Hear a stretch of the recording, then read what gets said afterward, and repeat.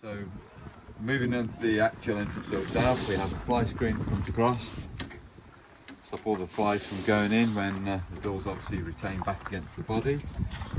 That retention is held by a little travel latch there, so it's there locked in place, and you can operate that lever just to release it off the side. So we have had magnets before in previous models. This is the lever itself. To lock the door from inside, you raise that latch so it's into that location there. That stops that from retracting, and then to open the door fully, it's that into that position there. On the outside of the door,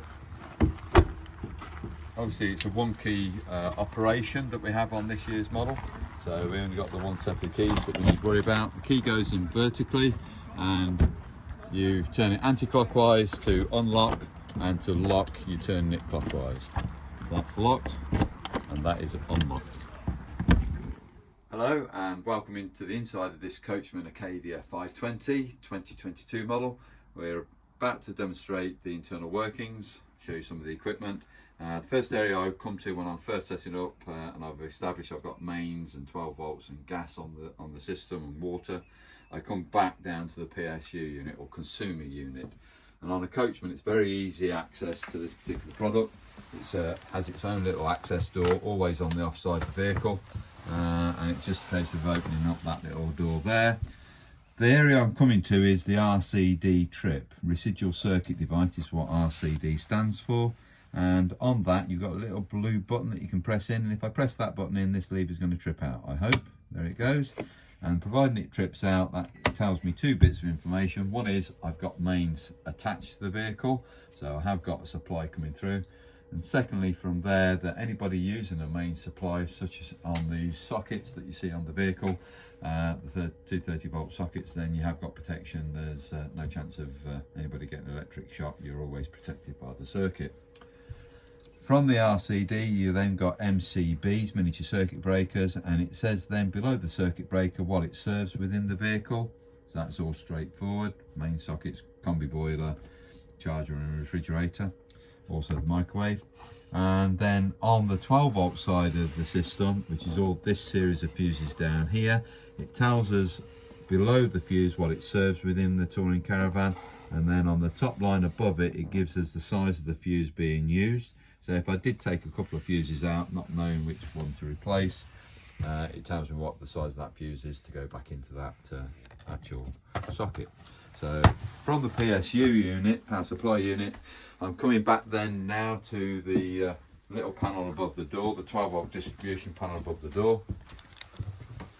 And on there we've got an on-off switch. Well, this system's already live because we have got circuits working. As you can see, some illumination here and some of the lights are on in the vehicle.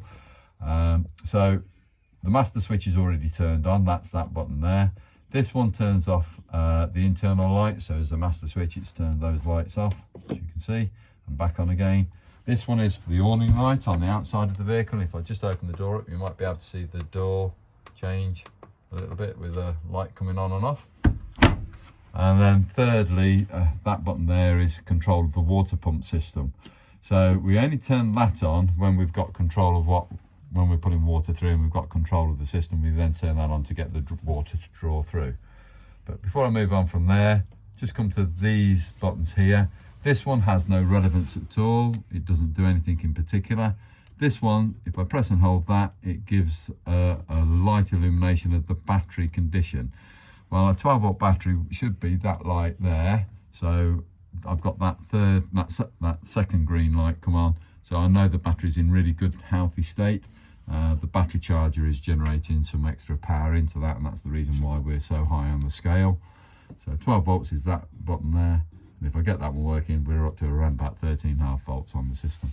So there is one more thing I do want to show you on this particular panel, and it's on this sliding scale, that when we operate the water pump system and the pump's live, this end symbol here does illuminate green. So I'll just demonstrate that to you now. I'll get the pump circuit to work. We have got it live. We've got the pump running, as you can see. And when the pressure drops on that system, all of a sudden, we are going to get this green light come on. We're running on the hot water system, so it takes a while for it to drop the pressure. There we go.